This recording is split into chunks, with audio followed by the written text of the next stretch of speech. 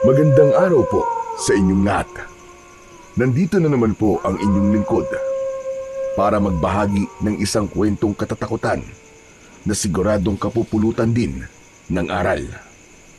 Ang kwento ngayong araw ay mula sa karanasan ni Rod, isang batang taga-baryo Ginoong Sanay sa Isla ng Talim. Tahimik ang buhay ni Rod kasama ang kanyang lolo na isang mangingisda. Araw-araw silang nangingisda gamit ang lambat. Pero isang araw, tila naging madamot ang dagat. Wala silang mahuli kahit isa. Dahil sa gutom at pangangailangan, napilitan si Rod na sumisid sa ilalim ng dagat para makahuli ng isda. Pero sa kanyang pagsisid, isang bagay ang hindi inaasahang nangyari. Natusok siya ng tibok ng kanduli, isang matulis na bahagi ng palikpik ng isda sa ibabaw nito. Matapos yun, nilagnat si Rod at nagsimulang makaramdam ng kakaiba. Ano nga ba ang epekto ng tusok na yun sa katawan niya? Matutulungan kaya siya ni Mama Bully, ang kilalang albularyo sa kanilang baryo? At ano ang uri ng panganib na naghihintay kay Rod matapos ang insidenteng ito? Pero bago ang lahat mga idol, huwag po nating kalimutan mag-subscribe at i-hit ang notification bell sa aking YouTube channel na The Voice Addict at Apong Isaak para sa mas marami pang makapanindig balahibo na kwentong aswang at katatakutan mula sa mundo ng kababalaghan. Umpisahan na po natin ang kwento. Maaga pa ay nasa dagat na ang maglolo na si Lolo Baldo at ang kanyang apo na si Rod. Pareho silang tahimik habang sakay ng lumang bangka. Nangingisda malapit sa dalampasigan ng kanilang baryo Ginoong Sanay. Ang baryong ito ay ang ika-13 barangay sa Talim Island. Payapa ang panahon ng mga oras na yun. Walang malakas na hangin, walang malalaking alon. Ang langit ay maliwanag at ang araw ay unti-unting sumisilip mula sa likod ng mga ulap. Sa kabila ng ganda ng paligid, kapansin-pansin ang lungkot sa muka ng maglolo. Pareho silang nakasimangot at panayang buntong hininga habang inaayos ang kanilang lambat. Tahimik ang matanda habang pinagmamasdan ang tubig. Si Rod naman ay napaupo na sa unahan ng bangka, hawak ang isang maliit na timba. Wala pa rin po ba? Wala pa eh.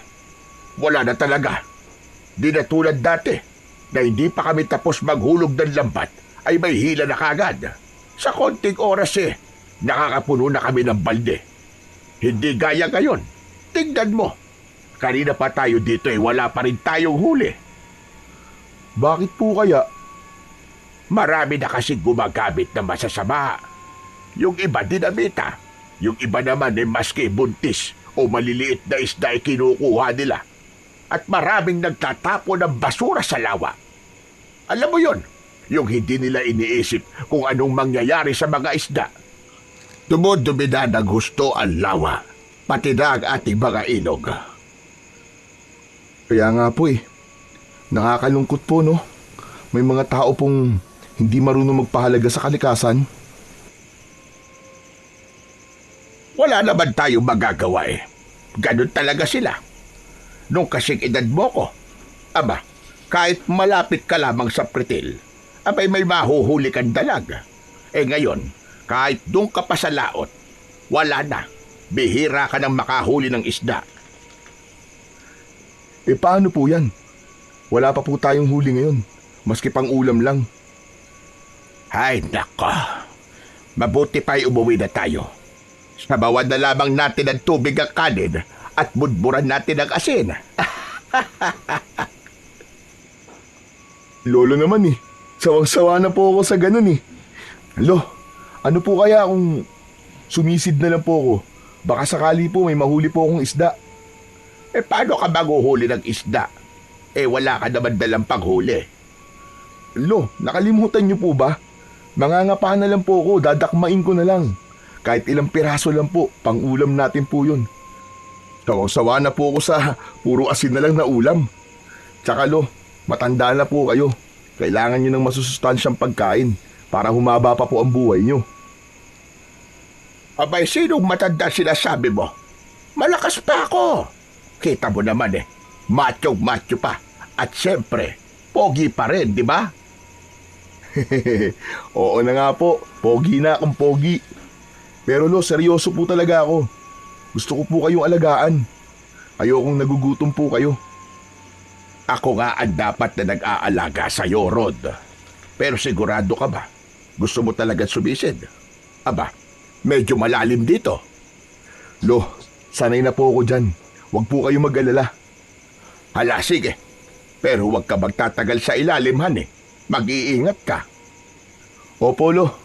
Sige, bababa na po ako. Tumalon si Rod sa lawa. Medyo malinaw ang tubig.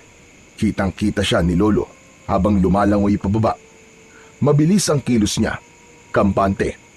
Sanay na sanay sa ilalim ng lawa. Tahimik sa ilalim pero wala pa rin siyang makitang maraming isda. May nakita siyang alimango. 2. Kinuha niya pareho. Umahon siya kagad. Lo, ito po. Pwede na po to. Ano? Alimango? Hindi naman to pwede sa'yo, di ba? Nangangati ka rito. Lo, para po sa inyo yan. Sisisid na lang po ulit ako. Hahanap po ako ng pwede sa akin. O sige, galingan mo. Ngumiti si Rod at mabilis na muling lumusong sa tubig. Palalim siya ng palalim. Sanay na ang katawan sa lamig.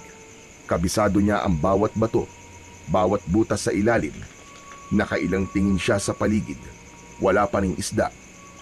Pero sa may bandang kanan ng bahura, sa parting bihira niyang puntahan, may kakaiba siyang nakita. Isang isdang kanduli, pero may kakaiba. Ang tibok nito o tinik sa likod ay may kumikislap.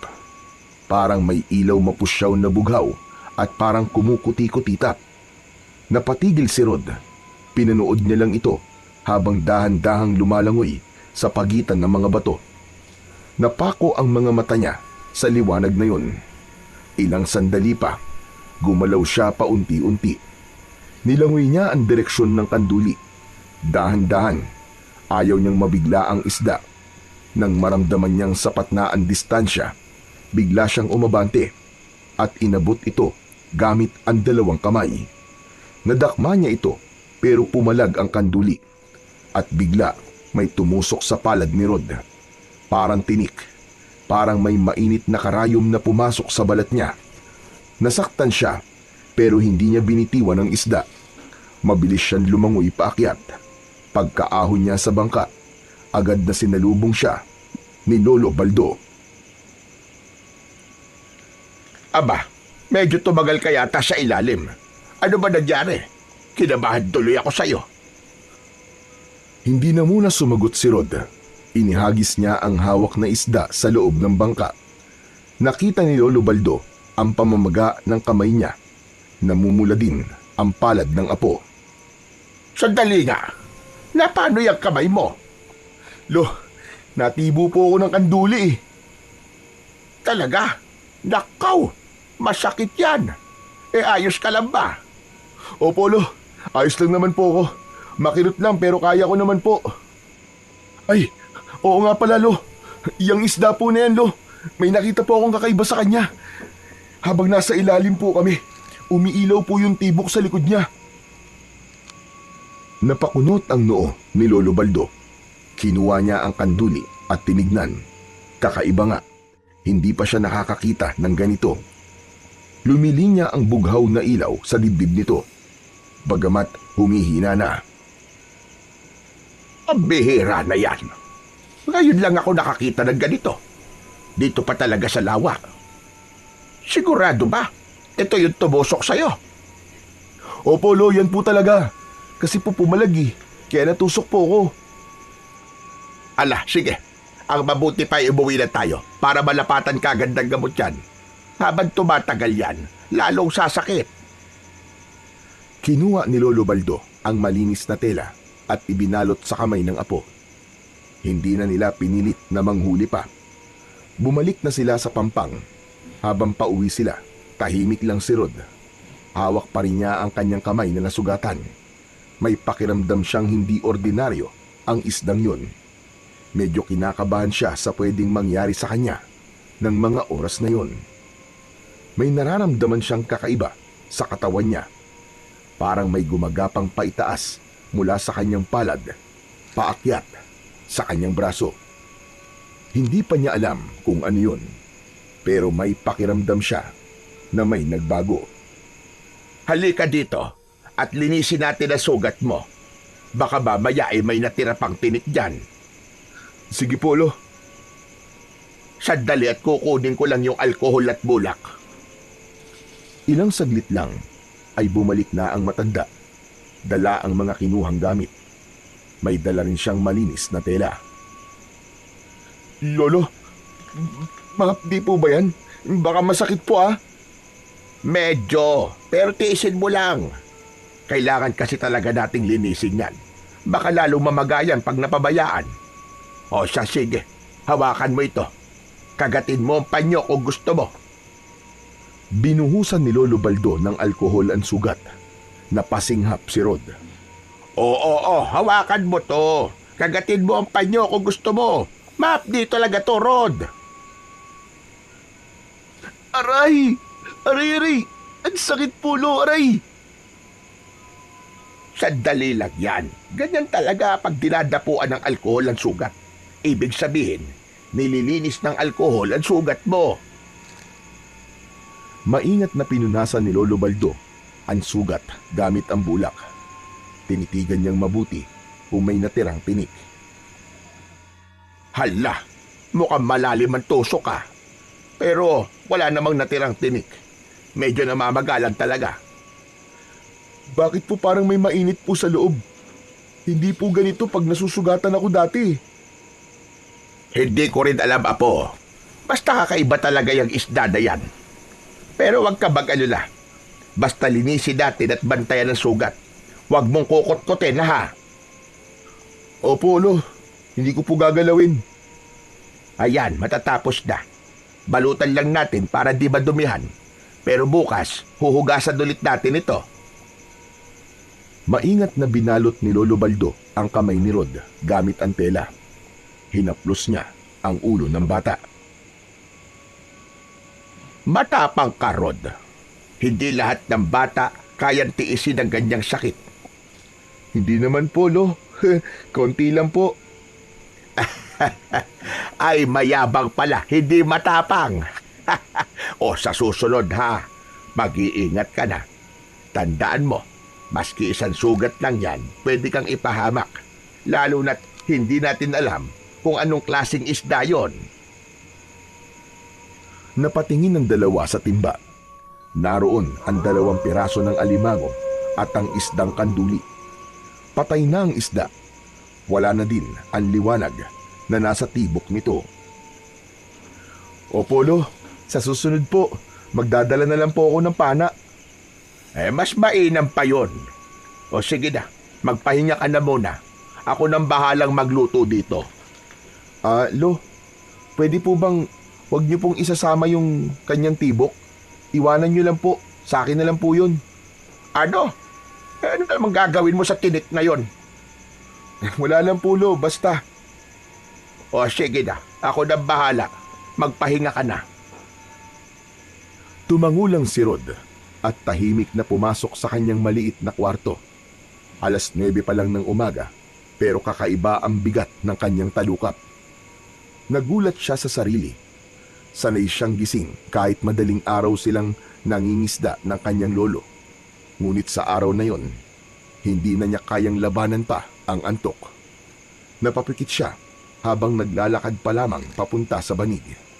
Pagkahiga niya, agad siyang tinangay ng antok. Lumipas ang halos 2 oras. Bandang 11:00 ng umaga, napansin ni Lolo Baldo na hindi pa rin lumalabas ang kanyang apo. Naglakad siya palapit kay Rod. Rod! Rod na po, Aba! gising na. Kakain na tayo. Walang sumagot. Bahagyang kumatok si Lolo Baldo sa pinto. Sa kadahan-dahang binuksan ito. Pagbukas pa lang ng pinto, may malamig na hangin ang agad na bumungad sa kanya. Ngunit mas lalo siyang natigilan nang mapansin ang ayos ng apo. Rod? Aba Rod, ano nangyayari sa'yo? Mabilis siyang lumapit. Nakita niyang tila tumitirik ang mga mata ng apo. Nanginginig din ang katawan nito. May nakita siyang mumunting pawis sa noo. Ang kaliwang kamay nito ang tinusok ng kanduli. Mas lalong namula at parang nangingitim ang paligid ng tusok. Rod, apo! Rod! Rod, gumising ka! Gising, apo! Yumuko siya at inalog ang balikat ng bata. Nanginginig pa rin ito. Hindi tumutugon. Ano ba ito? Diyos ko po, ano ba nangyayari sa aking apo? Rod! Rod, apo, gumising ka! Hinaplos niya ang pisngi ni Rod. Mainit na mainit. Lalong lumakas ang kabog sa dibdib ng matanda. Agad niyang kinuha ang basang bimpo at pinunasan ng katawan ng apo. Ngunit kahit na anong gawin niya, hindi bumababa ang init at lalo pang tumitindi ang panginginig ng katawan ni Rod. Muli niyang tinignan ang sugat sa palad ng apo. Doon, napansin niya ang mga maiitim na linya na umaakyat mula sa sugat. Sinundan niya ang mga guhit mula sa palad, paakyat sa pulso, hanggang sa braso ni Rod, para itong unti-unting kumakalat. Hindi maaari. Ano kaya ito? Hindi kaya lason? Hinawakan niya ang braso ni Rod. Hinimas-himas niya ito, parang gusto niyang pigilan ng pagkalat ng kung anong lason na nasa loob. Pero kahit na anong gawin niya, hindi bumabagal ang pagkalat. Agad siyang nagpasya. Kailangan niya ng dali ng apo kay Mama Buli. Isa itong matandang manggagamot na kilala sa kanilang lugar. Marami na itong napagaling, pati na ang mga taong hindi na kayang gamutin sa ospital. Tumayo si Lolo Baldo. Lumabas siya ng bahay at mabilis na humingi ng tulong sa mga kapitbahay.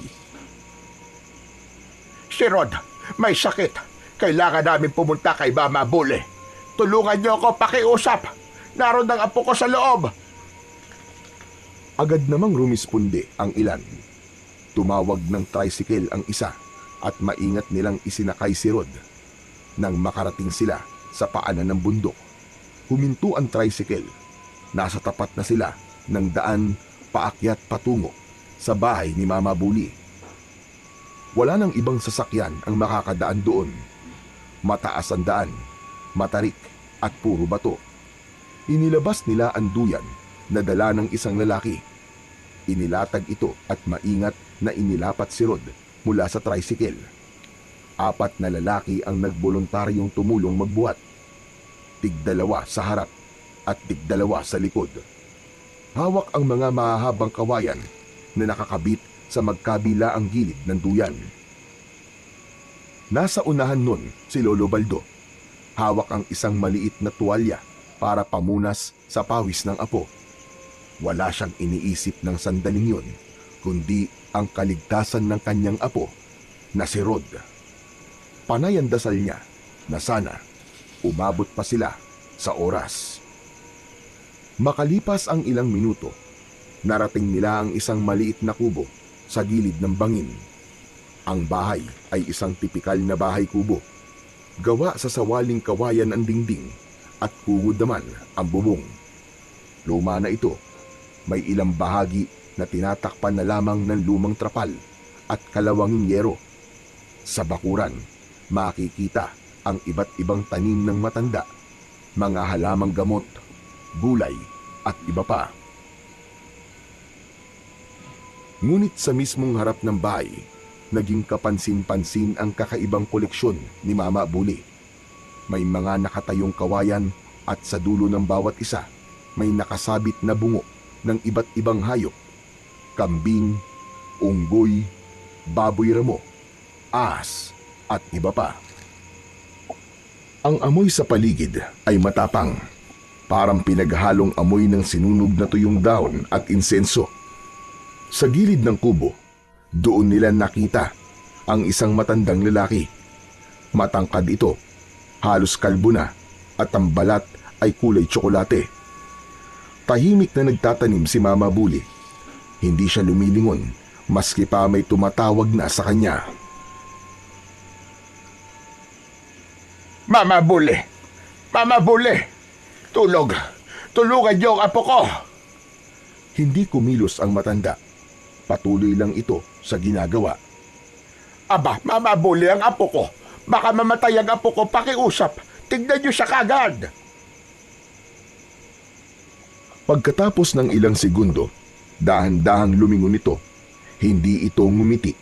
Tahimik siyang nakatingin kay Lolo Baldo at sa batang si Rod na nakahiga sa duyan. Pumasok kayo! Dinala nila si Rod sa loob ng kubo nito. Pagpasok nila, mas lumakas pa ang amoy ng insenso. May mga nakita silang mga garapon sa paligid na may laman na iba't ibang uri o kulay ng mga likido. Higa niyo siya sa banig. Sige, pakialalay lang mga kasama. Ibaba muna natin sa banig ang apo ko. Nanatiling tahimik si Mama Buli. Kumuha ito ng puting tela at itinakip sa mga mata ni Rod. Pagkatapos ay pinahawak sa bata ang isang maliit na kristal. Mabilis ang kilos ng matanda pero may kumpiyansa. Hindi ako magsisimulang manggamot kapag may tao sa paligid ko. Gusto ko mapag-isa kasama ang aking pasyente. Maaari ba? Opo. Sige ho, Mama Buli. Nakikiusap po ko sa inyo. Gawin niyo po ang lahat para sa aking apo. Para siya ay gumaling. Ako nang bahala sa kanya. Wala ka nang dapat ipag-alala. Tara na mga kasama. Maghintay na lang tayo doon sa labas. Umalis na sina Lolo Baldo at ang kanyang mga kasama. Hindi na sila nagtanong pa o kumontra. Umupo ang matanda sa ilalim ng puno. Tanaw pa rin ang kubo. Tada po, Panginoon. Pagalingin niyo po ang apo ko. Siya na lamang po ang meron ako. Samantala, sa loob naman ay naiwan si Rod na walang malay. Lumuhod ang manggagamot sa tabi ng bata. Binuksan ang hawak na botelya na may lamang parang langis pero mabaho. Inilapit niya ito sa ilong ng bata. Ilang saglit pa, napakislot ang daliri ng pasyente. Hindi pa rin ito gising pero gumalaw ang katawan. Hinaplos ng matanda ang braso ni Rod gamit ang kanyang daliri. Dahan-dahan ang galaw niya, parang hinahanap kung nasaan ang problema. Nang dumampi ang palad niya sa sugat sa kamay ni Rod, bigla niyang inilayo ang kamay niya. Napasinghap siya at napamura dahil naramdaman niyang tila may tumusok sa daliri niya at napansin ang maliit na usok sa daliri niya. At siyaw! Ano ito? Napaatras siya. Bahagyang napasigaw, hindi sa takot, kundi sa gulat at sakit. Hindi ito normal. May nakabaon sa laman niya. Agad niyang pinunasan ang kamay ng tela at tumigil sa ginagawa. Mabilis niyang tinapos ang ritual. Inalis ang tela sa mata ni Rod at kinuha ang kristal. Tama na. Hindi ko na pwedeng ituloy ito. Delikado to. Baka ako pa ang mamatay. Mabilis na tumayo si Mama Buli. Sinunod niyang kinuha ang isang maliit na bote ng langis at ipinahid sa dalawang palad. Sa kamarahang ipinunas sa liig na parabang pinoprotektahan ang sarili. Tumigil siya sandali, huminga ng malalim at pinilit pinakalma ang sarili. Naglakad siya palapit sa pinto at binuksan yun. Pagkakita niya sa mga lalaking naghihintay sa may lilim ng isang puno, agad niyang tinawag si Lolo Baldo. Tapos na ako. Mabilis na lumapit si Lolo Baldo, halatang nag-aalala. Kumusta po ang apo ko? Anong meron sa kanya? Ayos lang naman siya. Karaniwang laglat lang. Wala siyang malubhang sakit. Magpapagaling na lamang siya sa bahay. Hindi kailangan ng gamot ko. Paracetamol lang ayos na yon. Ano kanyo? Paracetamol lang. Pero bakit nanginginig siya? Tapos yung sugat niya parang may itim na guhit na paakyat. Hindi ba delikado yon? Sinabi ko na, wala siyang malubhang karamdaman. Lagnat lang yan. At normal lang yan sa mga natitibo ng isda. Abay, pasensya na ho talaga kayo. Lumalan talaga ako nag-alala para sa apo ko. Natakot ako na sobra. Akala ko kasi kung ano na. Kaya napilitan ako lumapit sa inyo, Mama Bule. Ayos lang yon. Sige na, iuwi mo na ang apo mo. Siya nga pala, yung sugat niya hayaan nyo lang. Huwag niyong gagalawin. Huwag niyong lalagyan ng kung ano-ano. Opo, gagawin ko yon. Salamat uli, Mama Bule. Huwag niyo na siyang ibabalik dito. Maski ano pang mangyari. Ano po? Abay, bakit naman? Dahil wala nga siyang sakit. Ayoko na makulit dito. Ayoko na sasayang ang oras ko. Sige na, magsialis na kayo. Ay, sige ho. Pasensya na po kung naistorbo namin kayo, Han. Gusto ko lang naman na masigurong ligtas talaga ang aking apo. Binuhat na ulit ng mga lalaki si Rod. Maingat silang bumaba ng bundok. Pagdating sa bahay, agad nilang inihiga ang bata sa kama nito. Mainit pa rin ang katawan, pero mukhang mas gumaan na ang paghinga nito. Payapa na rin siya. Hindi na nakatirik ang mga mata. Mga maraming salamat sa tulong nyo, ha? Pasensya na rin kayo sa istorbo. Hayaan nyo at babawi ako sa inyo sa susunod. Nako, wala po yun, Lolo Baldo. Sino-sino po ba magtutulungan dito? Kundi tayo-tayo rin mga magkakapit-bahay. Basta kung may kailangan lang po kayo, tawagin niyo lang po kami. Nakaw, salamat talaga, Han. Maraming salamat sa inyo. O sige ho, aalis na po kami. Sana po gumaling na kagad si Rod. Nang makaalis ang mga kapitbahay, agad na pinunasan ulit ni Lolo Baldo ang noo ng bata. Naglagay siya ng basang bimpo sa noo nito. Apo, gumising ka na. Nag-aalala na ang lolo sa'yo eh. Hindi ako sanay na ganyan ka. Kaya gumising ka na, pakiusap naman. Lumipas pa ang mga oras, halos magdamag niyang binantayan ang may sakit. Paminsan-minsan ay hinahaplos ang ulo ni Rod. Panay ang dasal niya. Sana totoo ang sinabi ni Mama Buli at sana gumaling na ang kanyang apo. Ilang sandali pa, nakaramdam ng ngalay at antok ang matanda. Dumukdok ito sa harap ng apo. Malalim na ang kanyang pagkakatulog. Hindi niya nararamdaman ang biglang paggalaw ni Rod. Maya-maya, nagising ang bata. Lolo? Naalimpungatan ng matanda nang marinig ang tinig ng apo. Laking tuwa nito nang makitang nakabangon na ang kanyang apo. Aba, apo! Ang apo ko gising na. Totoo nga. Salamat sa Diyos. Salamat sa Diyos at gising ka na. Lo, ano po ba nangyari? Ba't parang naiiyak po kayo? Pambihira, hindi mo alam. Nagkasakit ka eh. Nilagnat ka ng mataas. Nag-alala ko sa'yo ng todo. Akalain mo, pambihira ka. Akala ko kung ano na. Ha? Seryoso po ba kayo, Lo? Di ba natulog lang naman ako? Wala naman po akong nararamdaman ngayon ah. Ayos lang po ako oh. Talaga ba?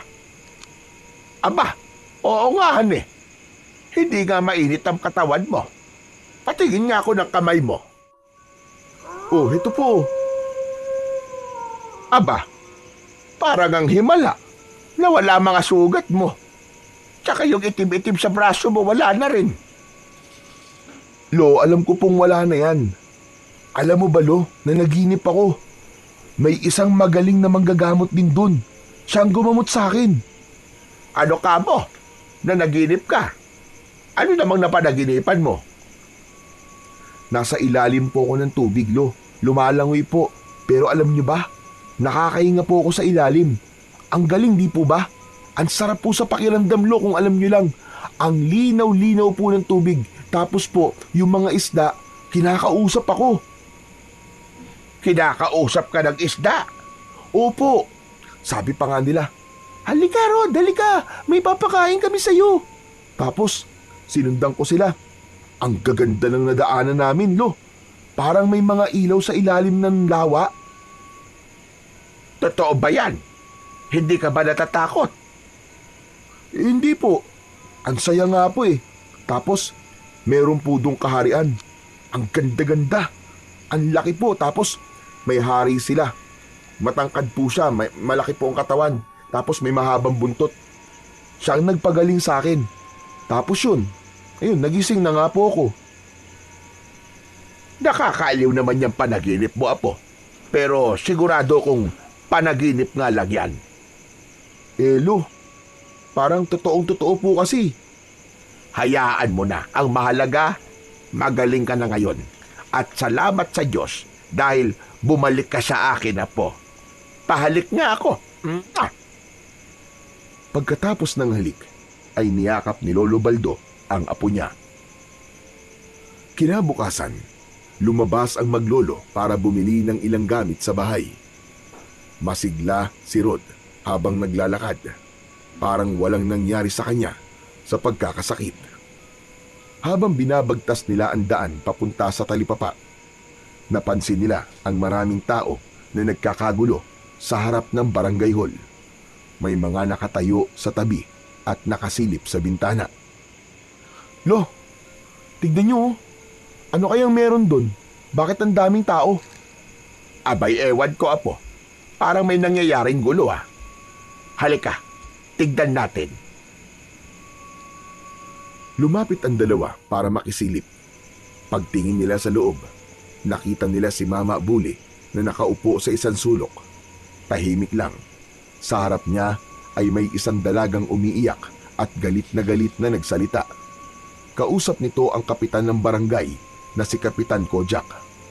Agad nilang nakilala ang babae. Siya si Jenny. Rireklamo ko po matandang yan. Pekeng magagamot yan eh. Tingnan nyo. Itinaas ng dalaga ang damit niya at ipinakita ang kanyang tiyan. Napaatras ang iba sa nakita nila. Ang balat ni Jenny sa tiyan ay puno ng mapupulang butlig at may ilang bahagi na namamaga. Aba, ano nangyari dyan, Iha? Bakit nagkaganyan ang tiyan mo? Hapon lang po nagpunta po ako sa bahay niya. Pinagamot ko yung tiyan ko kasi sumasakit. Akala ko matutulungan niya ako. Pero lalo lang ako napahamak. Mama Buli, ano masasabi niyo sa inireklamo sa inyo? Kapitan, sinabi ko naman sa kanya na hindi ako may gawa niyan. Wala akong kasalanan sa kanya. Sinungaling ka. Dahil sa langis na ipinahid mo dito, kaya ako nagkaganito. Sabi ko na eh, peke yung mga gamot mo. Ewan ko ba kung ba't ako nagtiwala sa'yo. Marami na akong kakilala na nagsasabing hindi ka naman talaga nakakagamot. Kung bakit naman kasi ako nagtiwala. Wala ka naman palang tiwala eh. Bakit ka nagpunta rito sa akin? Hindi kita pinilit. Hindi mo nga ako pinilit. Pero tama ba to? Tama ba itong ginawa mo sa akin ito, ha? Alam mo ba, Kap? Manyakol din yung matanda na yan eh. Habang ginagamot ako, ay pinalabas niya lahat ng mga tao sa loob. Kami lang ang naiwan. Hinipuan niya ako. Pati ang mga hita ko, hinawakan niya. Hindi naman yung kasama sa pinapagamot ko sa kanya. Nagulat ang lahat sa sinabi ng babae. Si Mama Buli biglang napatayo. Ang dating kalmadong mukha nito ay agad na napalitan ng galit at pagkainis. Ano? Anong sinasabi mong hinipuan? Hindi ko gagawin yun sa'yo. Nagsisinungaling ka. Anong hindi? Ginawa mo na nga eh. Hindi ko ugali yun, babae ka. Huwag mo akong pinagbibintangan ng ganyan. Sandali. Huminahon kayong parehas. Baka pwede natin itong pag-usapan ng maayos. Huwag natin itong daanin sa init ng ulo dahil baka kung saan pa mapunta to. Anong gusto niyo, Kap? Manahimik na lang ako, ganun ba? Hayaan na lang kung anong ginawa sa akin ng matandang yan. Hindi naman sa ganun, Iya. Wala akong sinabing ganun. Ang sa akin lang naman walang mangyayari sa sigawan. Jenny, seryoso ang paratang mo. Kung totoo man yan, kailangan ng imbestigasyon, hindi basta-basta ang ganitong akusasyon. Gusto kong makulong ang matandang yan. Sinira niya ang katawan ko. Sinira niya rin ang dangal ko. Hindi kita sinaktan. Hindi ko ginawa yung ibinibintang mo. Huwag mo akong siraan. Nagbulungan ang mga tao sa paligid. Iba-iba sila ng naging opinyon. May sumasang-ayon sa panig ng bawat isa at meron namang kumukontra. May nagsabi na totoong hindi naman talaga nakakagamot ang matanda. Tigil! Tama na! Tumigil na muna kayo! Wala na muna magsasalita. Hindi maaayos ang problemang to kung lahat kayo ay makikisawsaw. Kung may reklamo kayo tulad ni Jenny, daanin nyo sa tamang proseso. Jenny, gusto mo bang iakyat natin sa pulisya? Oo, Kap. Gusto kong makulong ang matandang yan para hindi na makapalakit ng iba. Abat, talagang... Ano? Sasaktan mo ako sa harap ng lahat? Sige, gawin mo. Para madagdagan ang ikaso ko sa'yo. Siya nga pala, Kap. Pwede ba akong humingi ng danyo sa kanya? Pwede naman, Iha. Yun ay kung mapapatunayan ang inirereklamo mo sa kanya. Hindi pa ba sapat na patunay itong mga butlig at gali sa tiyan ko, Kap? Hindi nga ako may gawa niyan. Sa sama ng ugali mong babae ka, hindi na ako magtataka kung may ibang nagbigay ng parusa sa'yo. Anong ibig mo sabihin? Hindi na umimik si Mama Bully. Bagkus ay tinignan niya ng masama ang dalaga. Tinitigan ito mula ulo hanggang paa na tila nananakot. Kap, nakita niyo ba yon? Di ba? Bastos talaga matandang yan. Kung makatingin para akong hinuhubaran. Manahimik ka! Hindi ko papayagan na ganyanin mo lang ako. Wala kang karapatang yurakan ng pangalan ko.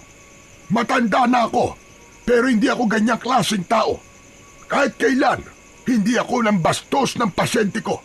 Ginagawa mo lang ito para humingi ng pera. Wala akong maibabayad sa'yo.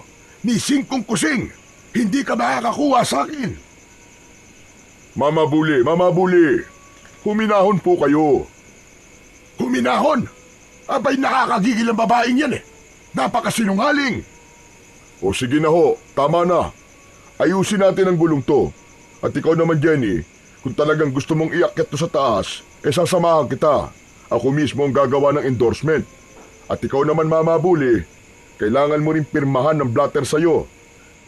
Na kung ano man ang mangyayari dito kay Jenny pagkatapos ng hearing na to, kayo ho ang mananagot. Wala akong pakialam kung anong mangyari dyan. Mas okay pa nga kung mamatay na yan nang manahimik na. Abay, napakaingay. Wag naman pong ganyan, Mama Bully. Hindi maganda yung pinapanalangin nyo. Aba, mali ho yun. O sige na, tapusin na ho natin to. Nang makitang nagpipirmahan na ng mga dokumento ang dalawa, nagpasya si Lolo Baldo na tawagin na ang apo. Lumayo na sila sa mga tao at tinungo ang talipapa kung saan sila bibili ng maiuulam at iba pang gamit. Habang naglalakad sila, papunta sa sapa, hindi maiwasang hindi magtanong ni Rod. Lolo, naniniwala po ba kayo sa sinasabi po ng babae? Apo, mahirap magsalita sa ganyang sitwasyon. Wala pa tayong alam sa buong kwento. Pero kilala ko si Mama Bully. Oo. Masugit talaga siya. Pero wala pa naman ako nababalitaan na ibang ginawa niya ng ganon. Ama siya. Hindi pa siya nang bastos ng kahit na isang pasyente niya. Pero Lo, parang lahat po galit sa kanya ngayon eh. Lahat halos, kampi dun kay Ate Jenny. Ganyan talaga ang mga tao, Rod. Madaling maniwala sa chismis, lalo na kung may pinaniniwala ang masama sa isang tao. Pero tandaan mo, Rod, hindi palaging totoo ang anumang kwento. Kung minsan, may mas malalim pa dyan. Ganun po ba? Kung ganun, naniniwala kayong walang kasalanan si Mama Bully. Hindi rin. Wala akong pinaniniwala ang isa sa kanila. Sinasabi ko lang yung mga posibilidad na may nagsasabi ng totoo sa kanila at meron din na nagsisinungaling. Hindi pa natin alam kung sino yon. Pero darating ang oras, lilitaw at lilitaw din kung sino talaga ang nagsasabi ng totoo sa kanila. Tumango si Rod. Nagpatuloy sila sa kanilang paglalakad hanggang sa makarating na sila sa tindahan malapit sa sapa. Bumili sila ng ilang piraso ng bawang, luya, asin at bagoong. Tahimik na silang naglakad, pauwi, matapos mamili sa tindahan.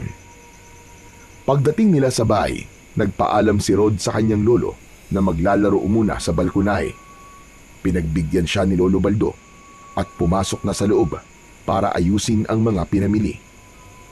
Naupo ang bata sa sahig. Inilabas ang mga paborito niyang laruan na lastiko at mga hulin at nagsimulang maglaro mag-isa. Ilang minuto ang lumipas, may dumaan sa harap ng bahay nila. Napatingin si Rod. Nakita niya si Mama Bully, tahimik na naglalakad habang nakatingin sa lupa. Nang mapatapat mismo sa bahay nila, iniangat nito ang kanyang paningin at diretsyong tumingin sa kanya. Nanlaki ang mga mata ni Rod sa pagkabigla. Nabitiwan nito ang kanyang mga laruan. Walang emosyon ang mukha ng matanda. Blanko, pero nakatitig diretsyo sa kanya. Maya-maya pa, biglang nag-iba ang mga labi nito. Ay bahagyang napangiwi. Ang dalawang kilay ay nagdikit at ang kanyang mga titig ay tumalim. Parang mistulang galit. Lolo? Lolo? Mabilis na lumabas si Lolo Baldo. Bakit po? Ano nangyari? Mabilis na naglakad ang matanda palabas ng bakuran. Tumingin siya sa kalsada at nakita niya si Mama Bully na tahimik na naglalakad. Nasa unahan na ito. Mabagal ang kanyang kilos. Lolo, tumingin po siya sa akin kanina, ang talim po. Natakot po ako. Galit po ba siya sa akin? Bumalik ang matanda sa tabi ng kanyang apo. Sa kadahan-dahang hinaplos nito ang kanyang buhok. Hindi naman siguro, apo. Baka pagod lang siya sa problema. Alam mo naman, di ba? Kung ano ang pinagdadaanan niya ngayon. Abay, maraming tao ang galit sa kanya. Kaya siguradong pati siya, galit na rin. Huwag mo na lamang siyang intindihin. Ayos na po, Lo. Siguro nga po, tama po kayo. O sige, ituloy mo na yung paglalaro mo dyan at magluluto na ako. Sige po, Lo. Sarapan niyo po, ah. Tumahimik na si Rod. Kinuha niya ulit ang mga lasti at ipinagpatuloy ang kanyang paglalaro. Mabilis na natapos ang araw. Pagdating ng hapon, tinawag na ng matanda si Rod para sa hapunan. Naupo silang maglolo sa harap ng maliit na kainan sa loob ng bahay. Habang naghahain si Lolo Baldo ng kanin at ulam, napansin niya na hindi mapakali ang apo. Malikot ang mga mata nito at parang panay ang linga. Para bang may hinahanap. Pinagmasdan siya ni Lolo Baldo. Sa kadahan-dahang nagsalita. Sandali, apo, sandali lang. May problema ba? Parang may hinahanap ka. Lo, parang may nakatingin po sa atin kanina pa po eh. Ano ka mo? Nakatingin. Abay, wala namang tao dito kundi tayo lang. Saka tignan mo, sarado tong bahay natin. Umiling ang bata. Pilit na inalis sa kanyang isip ang takot. Pero ilang sandali pa, napakunot ang kanyang noo. Dahan-dahan siyang sumingot. Napapikit siya ng bahagya at napangiwi. Agad niyang tinakpan ang kanyang ilong. Lo, ang baho! Ang baho po! Napaatras siya ng konti sa kinauupuan, parang gustong umiwas sa pinagmumulan ng amoy. Napakapit siya sa gilid ng mesa at muling suminghot. Bahagyang mas malalim na parabang hindi makapaniwala sa naaamoy. Bigla siyang napaubo, sunod-sunod, halos mabilaukan na. Lo, ang baho po talaga! Ang baho! Alin ba mabaho? Pinunasan niya ang ilong gamit ang braso. Tila naiiyak ang kanyang mga mata dahil sa tapang ng amoy. Hindi niyo po ba naaamoy, Lo? Ang baho po talaga, parang bulok. Napatawa si Lolo Baldo at kinuha ang tuyong daing sa plato. Nako, sabi ko na. At bulok na to eh. Malamang itong daing ang naaamoy mong mabaho. Itatabi ko na lang to. Huwag na nating ulamin at baka sumakit pa ang tiyan natin.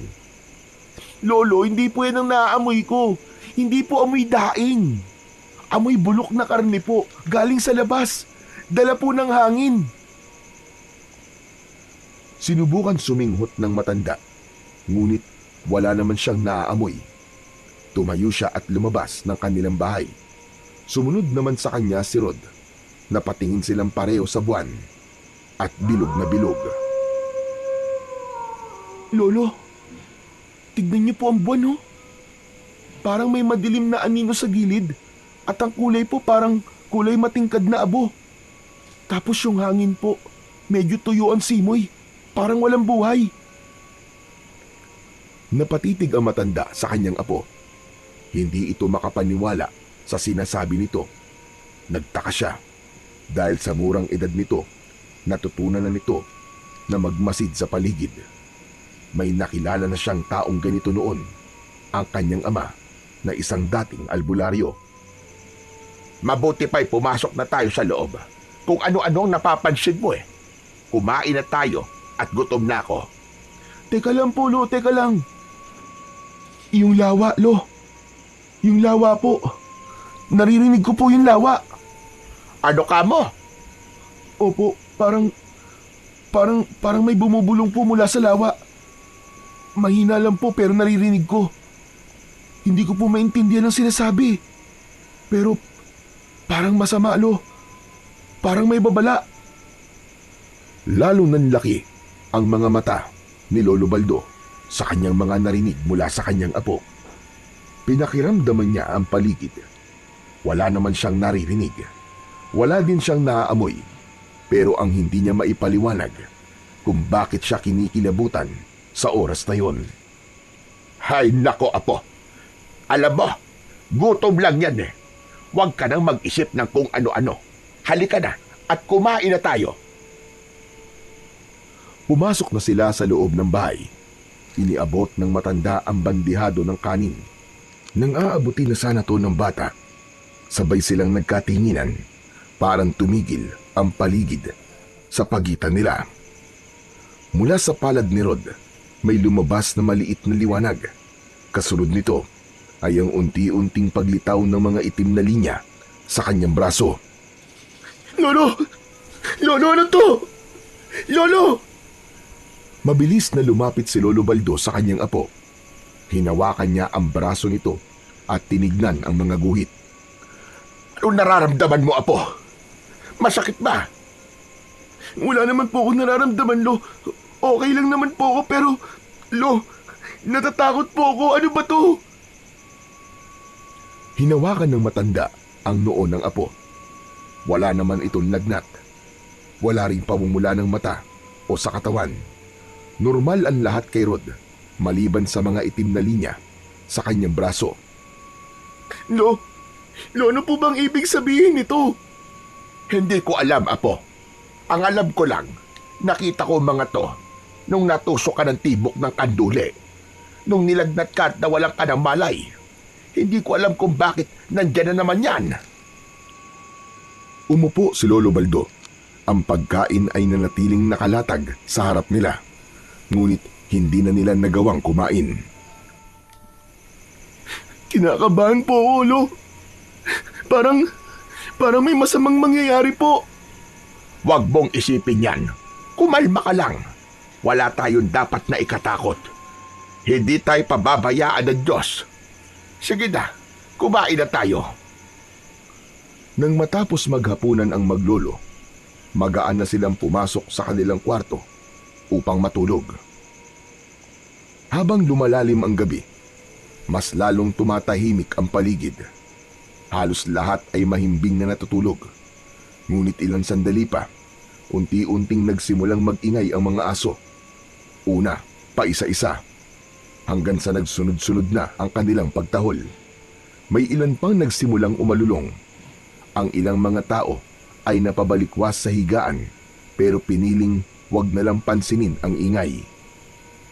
Samantala, sa isang maliit na kubo sa gilid ng baryo, biglang nagising si Jenny. Napahawak siya sa kanyang puson at napangiwi. Naiihi ako. Pambihira naman, oh. Di naman pinasok ng kapatid ko ang Arinola. Hay, kailangan ko pa lumabas tuloy para magbanyo. Buisit talaga. Ang tatamad kasi. Tumayo siya mula sa banig at dahan-dahan siyang naglakad palabas ng kwarto nila. Sa mesa, dinampot niya ang maliit na flashlight at sinindihan ito. Maingat ang bawat takbang niya habang papalabas ng bahay. Patuloy ang pag-alulong ng mga aso. Ano ba nangyayari sa mga hayop na to? Ang iingay, nakakastorbo. Naglakad pa siya papalapit sa banyo. Ang kanilang palikuran ay nasa likod ng kanilang bahay. Malapit ito sa puno ng saging at nakatabi sa maliit na bakod. Ang dingding nito ay gawa lamang sa pinagtagpi-tagping sako. May ilang bahagi na may butas na at ang nagsisilbing pintuan ay gawa naman sa kawayan. Pagpasok niya sa loob, mabilis niyang ginawa ang kailangang gawin. Ilang minuto lang at tapos na siya. Ngunit sa paglabas niya, bigla siyang natigilan. May narinig siyang kaluskos. Napalingon siya sa paligid. Itinaas niya ang flashlight at inilawan ang ilang sulok, pero wala siyang nakita. Ngunit naramdaman niya na parang may ibang presensya sa kanyang paligid. Bumilis ang tibok ng kanyang puso. Muli niyang itinaas ang flashlight at sa tabi ng punong saging, kung saan nakatabi ang kanilang banyo, may nakita siyang matandang lalaki. Nakatayo ito at nakatingin sa kanya ng diretsyo. Anong ginagawa mo dyan? Ba't nandiyan ka? Hindi sumagot ang lalaki. Hindi rin ito gumagalaw. Nanigas na si Jenny sa kinatatayuan niya. Gusto niyang tumakbo pabalik sa bahay nila, pero hindi siya makakilos. Hoy! Sumagot ka! Anong kailangan mo? Hindi pa rin gumagalaw ang matandang lalaki. Ngunit ilang sandali pa, bigla na lamang may kakaibang nangyari. Sa harap mismo ng kanyang mga mata, ang anyo ng matandang lalaki ay biglang nagbago. Ang balat nito ay kumapal at naging itim. Ang muka ay lumapad at tumubo ang mahahabang pangil. Ang mga mata nito ay naging kulay pula. Ang katawan nito ay lumaki at biglang nag-iba ng postura. Sa loob ng ilang segundo, ang dating tao ay naging isang dambuhalang baboy ramo. Hindi na nakagalaw pa si Jenny. Nanginig na lang ang kanyang tuhod at halos nabitiwan niya ang hawak na flashlight. Nang may masmasan, saka pa lang siya napasigaw. Anong klaseng nilalang ka? Isang malalim na ungol ang narinig niya mula sa halimaw. Saka ito mabilis na sumugod sa kanya. Huwag ka lalapit! Tulong! Huwag ka lalapit! Tulungan niya ako! Sumigaw siya ng malakas, pero himalang wala man lang nakakarinig sa kanya, maging ang mga kasama niya sa bahay. Mabilis ang naging pagkilos ng halimaw. Agad nitong sinagpang ang mga paa ni Jenny. Natumba ang babae. Bumagsak siya sa lupa. Tinangka niyang gumapang palayo, pero sinundan siya nito at muling sinugod. At sa loob lamang ng ilang minuto, napatay niya si Jenny. Winakwak nito ang tiyan ng dalaga at kinain ang kanyang mga lamang loob. Matapos gawin yun, ang baboy ramo biglang naglaho sa dilim na parang walang nangyari. Samantala, sa bahay naman ni na Lolo Baldo, biglang nagising ang matanda nang marinig ang malalakas na tahulan ng mga aso. Ngunit maya-maya, nakarinig siya ng malakas na ungol. Bigla siyang napabangon at agad na pinuntahan ang silid ng apo dahil sa matinding pag-aalala. Nang buksan niya ang pinto nito, nakita niya ang bata na nakapikit. Ngunit hindi mapakali. Gumagalaw ang ulo nito. Basa na rin ng pawis ang kanyang noo. Rod! Rod na po, gising! Rod! Gumising ka, Rod! Dahan-dahang dumilat ang mga mata ni Rod. Agad siyang napaupo at yumakap sa kanyang lolo Baldo. Lolo! Lolo! Oo, kalma lang. Nandito lang si Lolo. Ano ba nangyayari? Lolo, nananaginip po ako. Ang sama-sama po na napanaginipan ko, Lo. Ano ba yon? Nakita ko po, may isang dambuhalang baboy ramo. Pinatay niya po yung babae tapos kinain niya po yung mga laman loob. Winakwak niya po yung tiyan. Lo, natatakot po talaga ako. Natatakot ako, Lo. Tahan na. Panaginip lang yan. Walang ibig sabihin at walang katotohanan. Pero Lo, iba po yun. Parang totoong-totoo po. Malabo po yung mukha ng babae pero yung halimaw, Lo.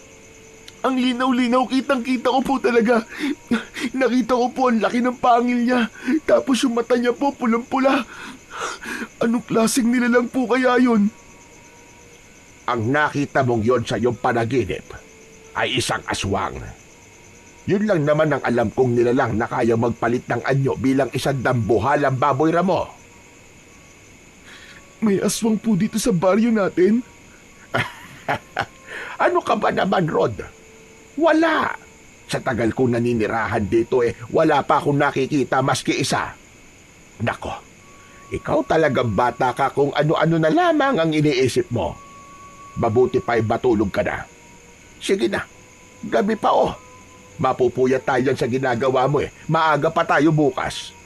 Subukan natin ulit mangisda. Ano po? Mangisda? Wow! Talaga po, Lo? Oo, kaya sige na. Mahiga ka na ulit at matulog na. Lo, wag na po kayong umalis. Dito na lang po muna kayo. Samahan niyo po ako dito. Tahimik na tumango ang matanda. Nahiga siya sa tabi ng apo. Binantayan niya ito habang dahan-dahan itong pumikit.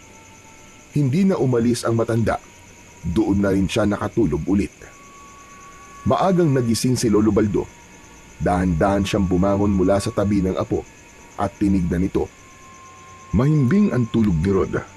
Bagyang nakanganga. Nakayakap sa unan. Ngumiti si Lolo Baldo at marahang tumayo. Sinikap na di makalikha ng ingay. Lumabas siya ng silid. Kinuha ang lambat at pana ni Rod. Maingat niyang inayos ang mga ito sa gilid ng pinto. Matapos nito, nagpakulo siya ng tubig sa takure. Nang matapos, nagtimpla ito ng kape at tumambay muna sa kanilang balkon. Dahan-dahan siyang humigop ng kape. Ngunit nakakailang higop pa lang siya ay napatingin siya sa kalsada. May mga tao siyang nakita na mabilis na naglalakad. Tumatakbo pa ang ilan. Tumayo siya. Lumapit sa harapan ng bahay. Nagtanong siya sa isa sa mga ito kung ano ang nangyayari. Nanlaki ang mga mata niya nang malaman ang masamang balita. Di niya tinapos ang kanyang pagkakape. Agad niyang isinara ang pinto ng bahay at sumunod siya sa mga taong papunta sa direksyon ng bahay nila Jenny. At doon naabutan niya ang madaming tao na nakikiisyoso sa nangyari. Napatakip siya ng bibig dahil nakita niya mismo ang tunay na kalagayan ni Jenny. Patay, wakwak ang tiyan at wala nang laman loob. Nagkalat ang dugo sa paligid. Naroon na rin si Kapitan Kojak. Agad nitong pinatakpan ng kumot ang bangkay. Kapitan, ano nangyari sa kanya? Hindi pa natin alam, Baldo. Diyos ko, ba't nagyayari to? Anong klaseng hayop ang gumawa niyan? Yan ang iimbestigahan natin. Tumawag na ako ng pulis sa bayan. Pero alam mo naman dito, medyo matagal ang responde. Wala bang nakakita o nakarinig man lang sa kanya? Wala eh. Mismo mga kasama niya dito sa bahay, walang alam. Hindi nila inasahan na mangyayari to kay Jenny. Naghintay pa sila ng ilan sandali at dumating na nga ang mga pulis. Nagsimula na rin silang mag-imbestiga. Nanahimik si Lolo Baldo. Hindi niya sinabi ang tungkol sa naging panaginip ng kanyang apo. Naglakad siya pa uwi. Mabigat ang kanyang naging mga hakbang.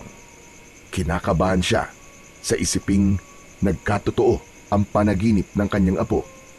Pagdating niya sa bahay, nakita niyang gising na si Rod. Nakaupo ito sa tabi ng bintana at nakadungaw. Hinihintay ang kanyang pagdating. Lolo, saan po kayo galing? May pinuntahan lang ako, apo. Tutuloy pa po ba tayo mangisda? Ay, hindi na muna siguro, apo. Medyo tinanghali na tayo eh. Lo, bakit po kayo namumutla? Para pong may nangyaring masama ah. Apo, patay na si Jenny. Nakita sa labas ng bahay nila. Wakwak ang tiyan. Po! Hala! Apo, makinig ka sa akin. Yung tungkol sa panaginip mo, wag na wag mong ipagsasabi kahit kanino, ha? Bakit po, Lo? Basta ipangako mo sa akin, Apo. Wala kang pagsasabihan na kahit na sino. Sige po, Lo. Hindi ko po ipagsasabi. Tahimik nang pumasok ang dalawa sa loob ng bahay. Isinara nila ang pinto at kinandado ni Lolo Baldo. Mula nang mangyari ang pagkamatay ni Jenny, nagsimulang mabalot ng matinding takot ang buong baryo. Nagkaroon ng mga alingasngas na isang aswang na gumagala ang responsable sa pagkamatay ni Jenny. Wala pang malinaw na ebidensya o magpapatunay sa kanilang haka-haka, pero naniniwala silang hindi pangkaraniwang kiler ang pumatay sa dalaga. Lalo na't gabi-gabi na lang ay may naririnig silang mga huni ng ibon na tila sumisigaw o umiiyak tuwing gabi. Sabi ng mga matatanda, kapag naririnig ang ganitong huni, madalas may darating na hindi maganda.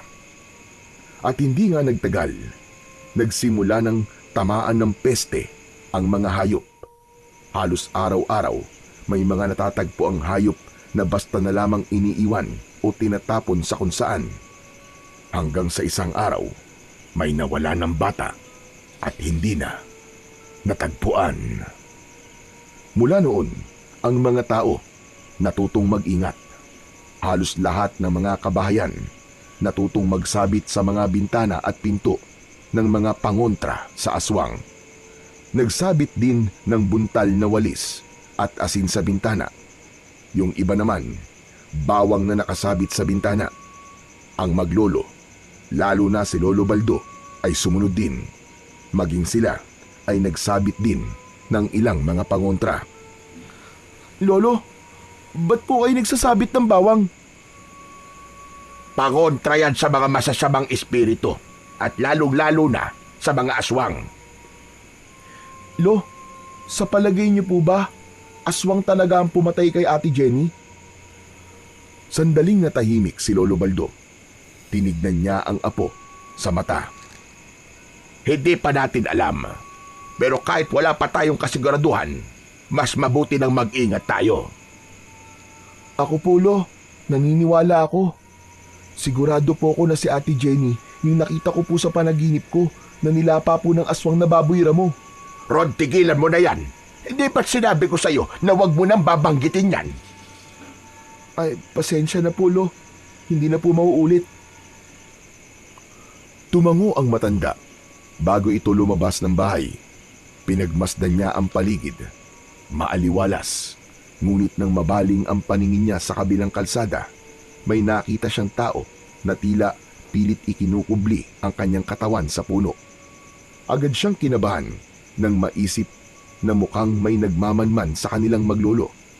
Gusto niya sanang alamin kung sino yun, pero nang lapitan niya, wala na ang tao. Tila naglaho na parang bula. Makalipas ang ilang araw, may magaganap na kasalan sa kanilang kapitbahay.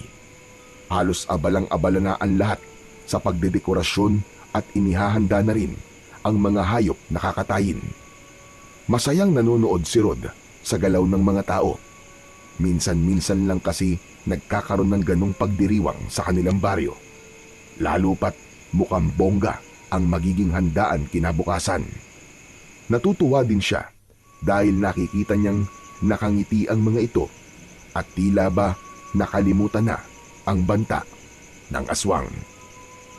Ngunit ng bispiras ng kasal, kinagabihan, habang abala ang mga tao sa kabila at ang maglolo ay nag-uusap sa sala, parang may narinig silang kumakaluskos at parang may naghuhukay sa bakuran nila. Sa tabi mismo ng kanilang bahay, malakas din ang huni nito, kaya natigilan ang dalawa at nagkatitigan. Lo, ano po yun? Parang may baboy po sa labas. Nako, baka nakawala yung kakatay nilang baboy sa kabila. Sandali, at matignan nga. Tumayo si Lolo Baldo at lumabas ng bahay. Dala ang maliit na flashlight. Si Rod ay naiwan sa loob, pero nanatiling alerto. Ilang segundo pa lang ang lumipas, bigla siyang nakarinig ng malakas na sigaw. Dali-daling lumabas si Rod, dala ang kanyang pana na ginagamit sa panguhuli ng isda. Paglabas niya sa bakuran, nakita niyang nakikipagpambuno ang kanyang lolo sa isang baboy ramo. Malaki ang katawan nito, mas malaki sa karaniwan. May matatalas itong kuko at mahahabang mga pangil. Galit na galit ito at tila gustong patayin ang kanyang lolo. Mabilis na lumapit si Rod. Walang takot, walang pag-aalinlangan. Sinaksak niya ang baboy ramo sa likod. Nang mahugot niya ang pana, lumayo kagad ang baboy. Ngunit hindi pa ito tuluyang umalis. Nagbabadya pa ulit ang pagsugod. Tulong! Tulungan niyo kami mga kapitbahay! Tulong! May aswang dito! Nang marinig ng mga kapitbahay ang malakas na sigaw ni Rod, agad silang lumapit at tumulong. Ngunit nang makita ng aswang na dumarami na ang mga tao, tumakbo ito papalayo sa kanila. May ilang humabol pa sa aswang at may ilan naman na tinulungang makatayo ang matanda. May sugat si Lolo Baldo sa kaliwang braso. Lolo Baldo, ayos lang po ba kayo? Oo, pero grabe yung nervyos ko.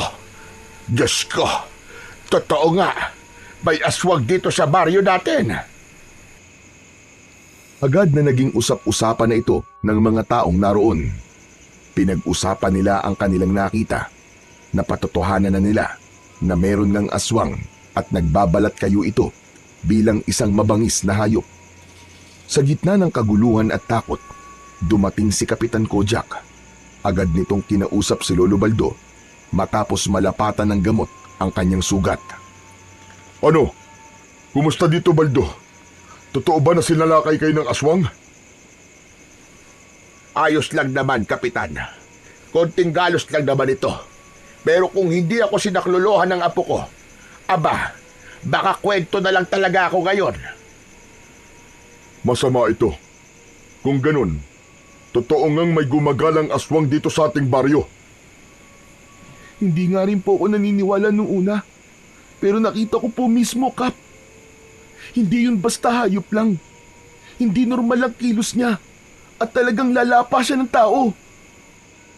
O sige, mula ngayong gabi, magsisimula na magronda ang mga tanod. Mga kasama, maging alerto kayo. Kailangan nating mabantayan ang bawat sulok ng ating barangay.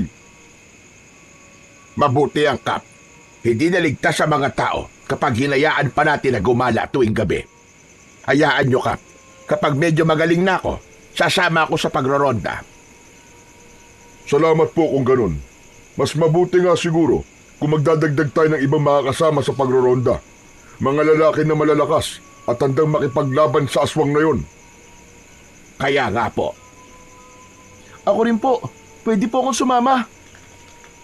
O Rod, nandito ka pala. Mabuti yan kung gusto mo sumama. Kaso nga lang masyado ka pang bata para dito. Hindi po. Kaya ko na po.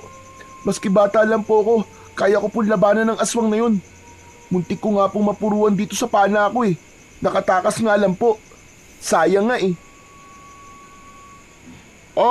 Ikaw pala yung sinasabi nila na nakasaksak doon sa aswang. Ako nga po, Kap. Ang galing ko po, no? Oo, magaling ka nga bata. O siya sige, aalis na kami at susundan namin yung aswang kung saan nagpunta. Dapat na talaga matigil ang pamimerwisyo niya dito. Sinisira niya ang magandang reputasyon, hindi lang ng baryo, kundi ng buong Isla Talim. Kaya nga po. Sige po, mag-iingat po kayo, Kapitan. Salamat po sa inyo.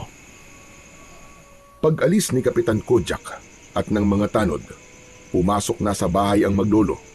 Umuwi na rin ang kanilang mga kapitbahay at yung iba ay bumalik sa paghahanda sa kasalan. Ikinandado ni Lolo Baldo ang pinto. Naglagay pa siya ng asin sa may bintana at tinabihan ang kanyang apo sa may katre. Ngunit kahit nakahiga na sila, hindi agad sila nakatulog. Lolo, tama po ako. Totoo nga po yung nangyari sa panaginip ko tungkol kay Jenny. Naniniwala na ako, Apo. Pero bakit? Paano? Bakit pinakita yun sa'yo? Lolo, tignan niyo po ang kamay ko. Hindi po kaya may kinalaman ng itim na guwit na to sa mga nangyayari sa akin? Anong ibig mo sabihin? May aaminin po ako sa inyo, Lo. Buwat po nung gumaling ako, may iba na po ako nararamdaman. Para bang tumapang po ako, tapos lumakas po yung pakiramdam ko. Kahit malayong tunog po, naririnig ko.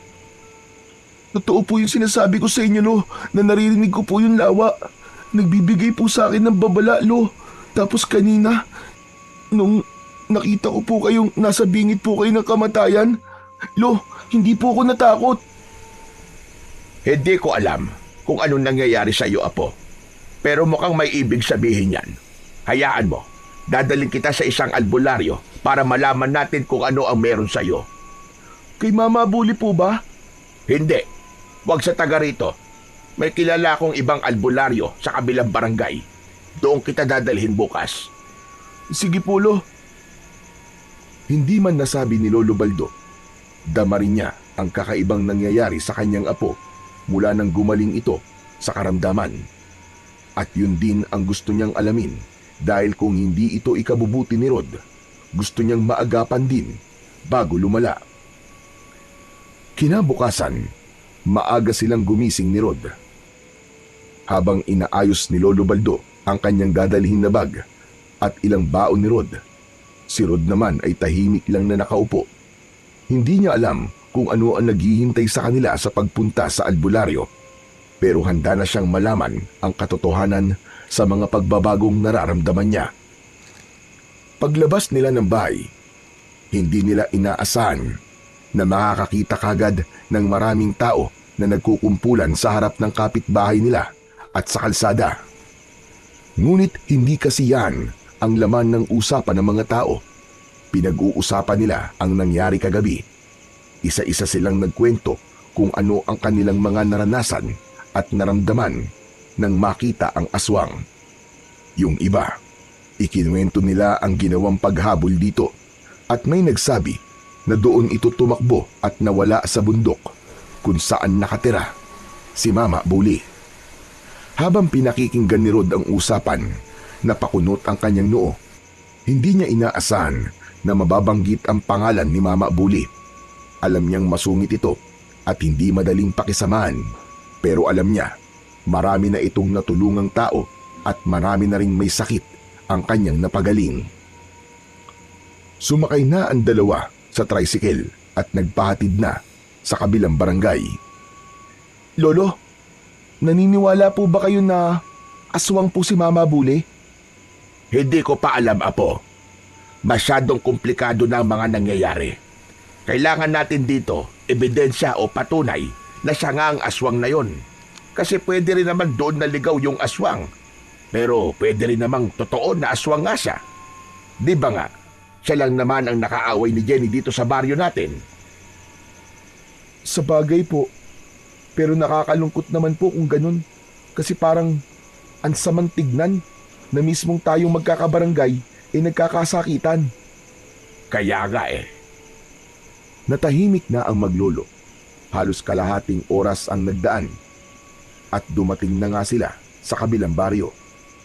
Pagbaba nila, agad silang nagtungo sa maliit na bahay ng albularyo na si Capolix. Kilala ito sa kakayahan niya at galing sa pagtatawas. Tao po! Capolex! Si Baldo to! Nandiyan ka ba? Makalipas ang ilang segundo, bumukas ang pinto. Lumabas ang isang matandang lalaking payat, kuba at may mahahabang buhok sa tenga. Nakasuot ito ng lumang kamiseta at hawak ang isang itim na baston na may ukit ng ahas sa dulo. Ikaw pala, Baldo. Ano sadya mo? Ang apo ko, Capolex. May gusto sana kaming ipasuri. Parang may kakaiba sa kanya mula nang gumaling siya sa pagkakasakit.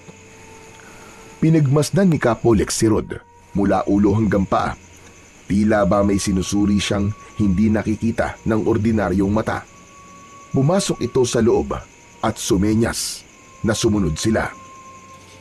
Pumasok na sila sa maliit na silid. Naamoy ni Rod ang halimuyak ng pinagsamang halamang gamot, insenso at usok ng kamangyan. Umupo sila sa harap ni Capolex. Iupo mo muna ang apo mo. Pumikit ka, iyo. Huwag kang kikilos, ha? Sumunod naman si Rod. Pumikit siya. Ilang saglit lang ay may sinindihan si Capolex na parang langis sa maliit na luto ang luad. Kumuha siya ng isang dahon. Inilapat ito sa noo ni Rod at saka binasa ng tubig na may parang dugo ang kulay. Pagkatapos ay biglang umihip ang hangin sa loob ng bahay kahit sarado ang mga bintana.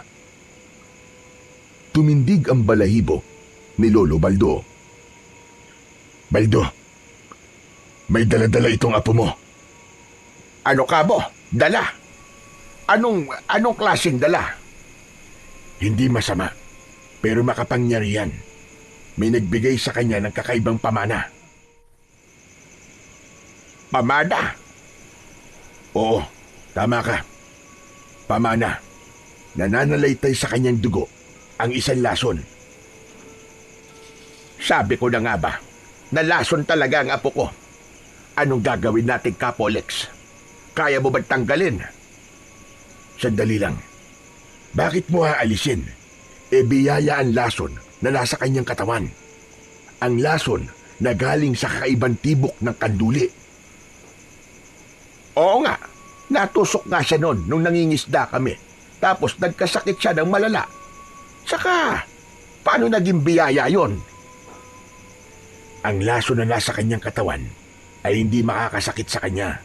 Kundi, makakasakit yun sa iba. Sa mga masasama, sa mga aswang, o di naman kaya ay sa mga mangkukulam. Talaga ba, Capolex? Ang bihira na yan. Hindi ka pa yata naniniwala sa akin eh. Totoo ang sinasabi ko. Pero mas mapapalakas nito ang kapangyarihan niya kung suot niya ang mutya ng tibok ng kanduli. Ano kanyo? Saan naman namin makukuha yon? Ang mutya ay nasa mismong tibok ng isda na nakatusok sa kanya. Lolo, di ba ipinatabi ko po sa inyo yun? Naitabi niyo po ba? Oo naman. Alam ko na itago ko yun eh. Inalis ko yun sa isda bago ko lutuin. Hahanapin ko mamaya sa bahay. Mabuti kung ganun. Gumawa ka ng kwintas at gawin mong palawit ang tibok. Sasabihin ko sa'yo, malaking tulong yun para sa katahimikan ng baryo nyo. Sandali lang. Alam mo nangyayari sa baryo namin? Siyempre naman, alam ko nga nakagat ka eh. Amoy na amoy ko ang laway ng aswang na nakakabit sa'yo. Yung sugat mo na nakabalot sa tela. Kagat ng aswang yan, di ba? Huwag ka mag-alala. Ang aswang na nakakagat sa'yo ay hindi makamandag. Hindi nakakahawa, kaya magiging ayos ka lang. Langgasan mo lang palagi yan ng pinakulo ang dahon ng bayabas para hindi maimpeksyon. Ganun ba? Abay, ang galing nyo talaga, Kapolex. Walang binatbat yung albularyo sa amin. Sip-sip. O siya, aalis na po kami. Salamat po at nalinawan na po ang isip namin itong apo ko. Walang anuman. Kung may kailangan pa kayo, daan lang kayo ulit dito. Umalis na ang maglolo. Sumakay na ulit sila ng tricycle pauwi sa kanilang baryo. Tahimik si Rod habang nasa biyahe. Marami siyang iniisip. Pagdating sa bahay, agad na naghanap si Lolo Baldo sa kanyang mga gamit. Hinanap niya kung saan niya naitago ang tibok o tinik ng kanduli sa likod. Nahanap niya itong nakasuksok sa isang lumang aklat na Biblia. Kaagad kumuha ang matanda ng tuyong dahon ng abaka at ilang bagay na ginagamit sa paggawa ng anting-anting. Rod, halika rito. Nakita ko ng tibok ng isda. Gagawin ko itong kwintas para sa'yo. Sige po, Lo. Maganda po ba yan? Abay, syempre naman. Alam mo bang tinuruan ako ng lolo at tatay ko noon sa paggawa ng mga ganito? Wow, talaga po. Ang galing niyo naman po, Lo. Gusto ko na pong makita kung paano po mabubuo yan. Sigurado ako magiging maganda. Bay, sigurado yon. Lalo pat kailangan natin ng bagay na to para mapigilan natin ang aswang na yon sa pamimerwisyo at pagkakalat ng takot dito sa baryo natin. Kaya nga po, Lo eh. Sana po matapos niyo po kaagad.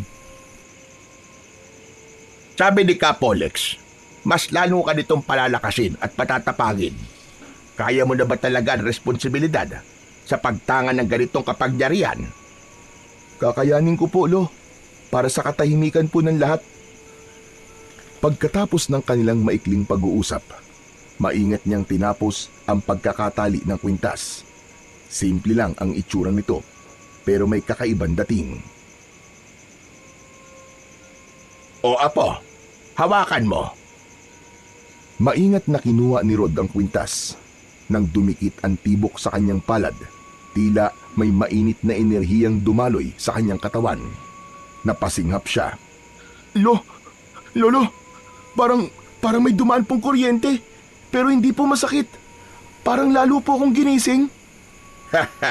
Tanda yan na tinatanggap ka ng kapangyarihan.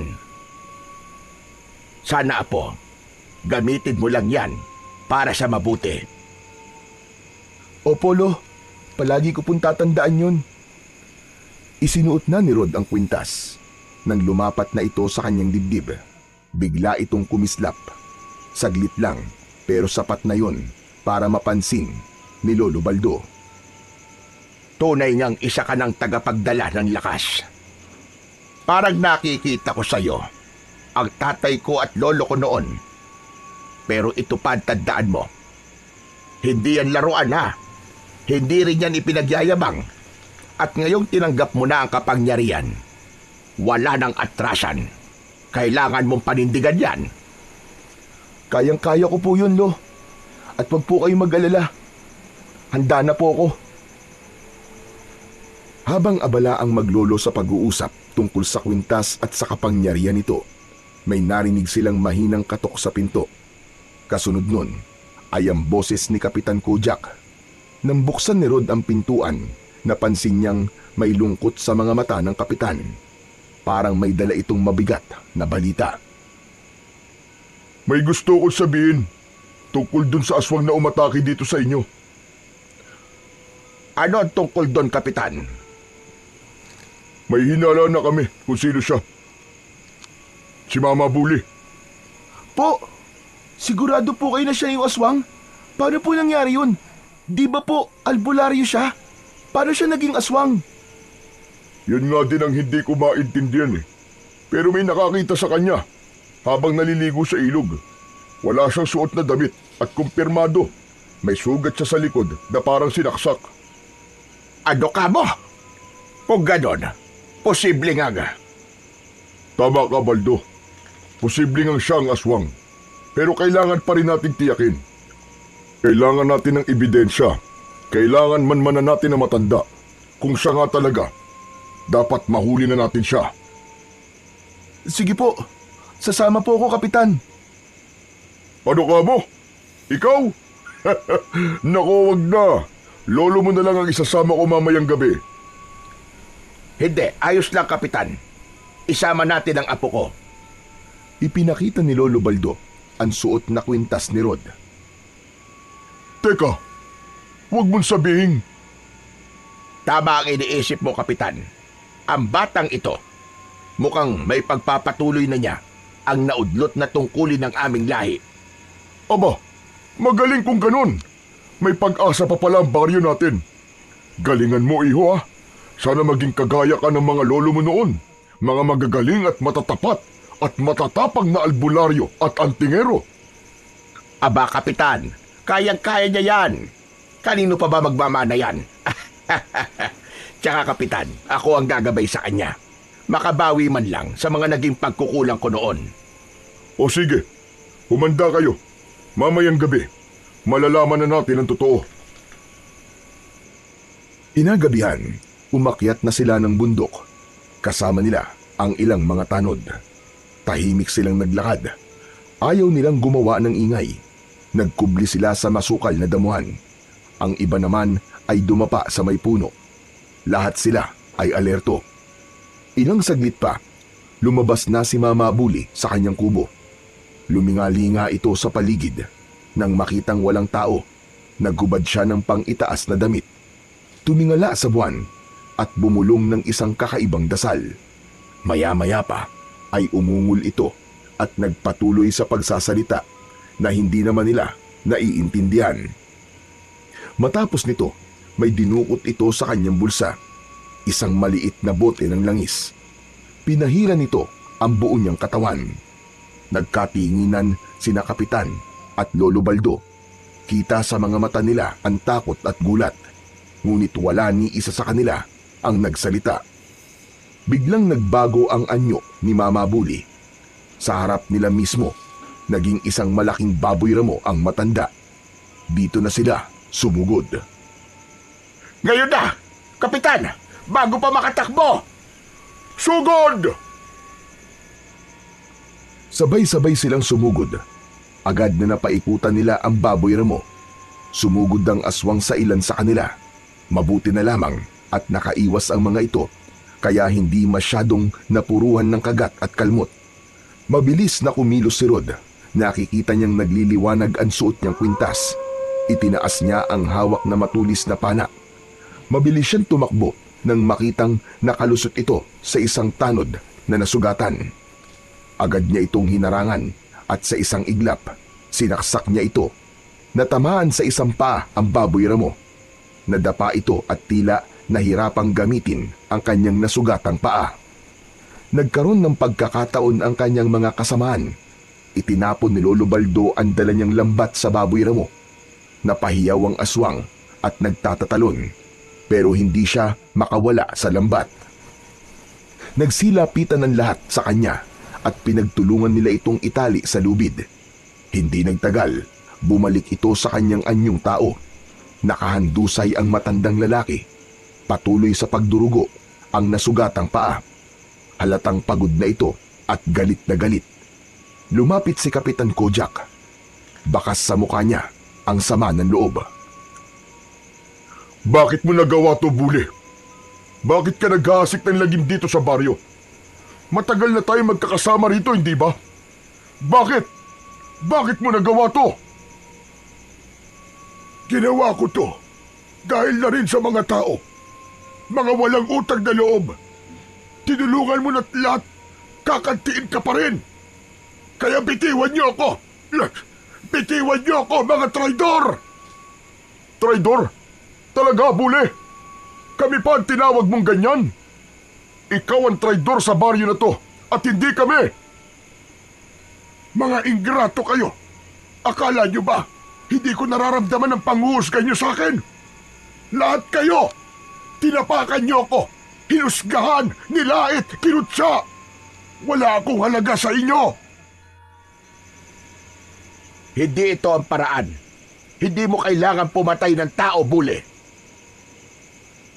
Oo, pumatay ako. Nagkalat ako ng lagim dito. Pero nagawa ko lang yon dahil sa labis na sama ng loob.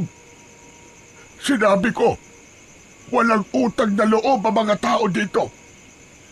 Lahat kayo masasama. Lahat kayo dapat patayin. Pinilit kong maging kapaki-pakinabang sa inyong lahat. Ginusto kong makatulong. Ginusto kong makagamot sa mga may sakit. Pero anong iginanti niyo sa akin? Isang paratang lamang. Kinilimutan niyo lahat ng mabubuting ginawa ko. Alam namin lahat ng ginawa mong tulong dito, Bule. Pero yung ginagawa mo ngayon, hindi mo dapat ginawa. Hindi ka dapat gumanti. Ako, pati ako pinagtangka mong patayin. Anong kasalanan ko sa'yo? Hindi naman ikaw ang gusto kong patayin, kundi ang iyong apo. Dahil banta siya sa akin. May laso ng kanyang dugo. Hindi ko dapat baliwalain yon. At kapag napatay ko na siya, lahat kayo isusunod ko. Tama na! May batas pa rin sa lugar na to. At kailanman, hindi kami papayag na sirain mo ang katahimikan dito. At anong nakakatawa, Bule? Nakakatawa lang, Kapitan. Kayong mga tao, akala nyo kayo lang ang may karapatang magtakda ng kung ano ang tama at mali. Kayo rin naman, madaling makalimot, madaling magbingi-bingihan kapag kayo ang nakikinabang. Hindi lahat ng tao ganoon, Bule. Huwag mong idamay ang buong baryo sa galit mo. Kung may pagkukulang kami noon, sana sinabi mo. Sana kinausap mo kami. Hindi yung pinili mong manakit at maghasik ng takot sa mga tao. Kausap? Anong kausap ang sinasabi mo, Kapitan? Walang makikinig sa matandang tulad ko. Tinawanan ako. Iniiwasan. Binansagang baliw. Kaya pinili kong gumamit ng takot. Kasi doon lang kayo natutong makinig. Hayop ka pala. Anong klaseng pag-iisip ang meron ka? Kaya ka ng biktima? Kaya ka pumatay? Para pakinggan ka? Para lang mapansin ka? Kawawa ka naman, Bule. Totoong baliw ka. Tumahimik ka! Hindi ko kailangan ng opinion mo, talunan. Akala mo kung sino ka. Isa ka lang namang walang kwentang anak at apo. Binaliwala mo ang ipinamana sa iyong karunungan ng iyong angkan. Akala mo hindi ko alam yon? Kaibigan ko ang tatay mo. Alam ko ang lahat ng tungkol sa iyo. Ipinagpalit mo silang lahat sa isang babaeng walang kwenta. At anong napala mo? Wala! Hindi totoo yan. May dahilan kung bakit pinili ko ang asawa ko. May dahilan din ako kung bakit hindi ko tinanggap ang pagiging albularyo. At hindi ko kailanman pinagsisisihan yon dahil masaya ako sa nangyayari sa buhay ko. Oh, edi ikaw na. Ikaw na ang masaya. Pakawalan niyo ako dito. Pagbabayaran niyo to ng malaki. Magbabayad kayo! Tama na! Tama na po, Mama Bule. Tama na po. Alam ko pong malungkot ang naging buhay niyo. Pero may pagkakataon pa po para magbago. Tama na po, Mama Bule. Huwag niyo pong hayaan na tuluyan kayong maging halimaw. Halimaw? Hindi ako nagsimula bilang halimaw. Pero kayo ang nagtulak sa akin.